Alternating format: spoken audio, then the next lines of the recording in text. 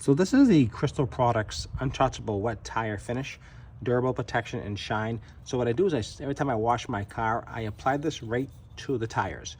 Keeps it shiny for about 2 weeks. It works fantastic. So all you have to do is give it a good shake, like you see here, and just apply it just like this. Just go right around the whole tire.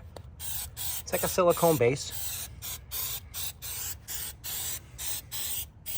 And the whole tire is super shiny. You can see how shiny that tire looks. Put it right down here, just like that. Really easy to apply. I go right around the whole tire. It dries in about 10 minutes and lasts for about 2 weeks.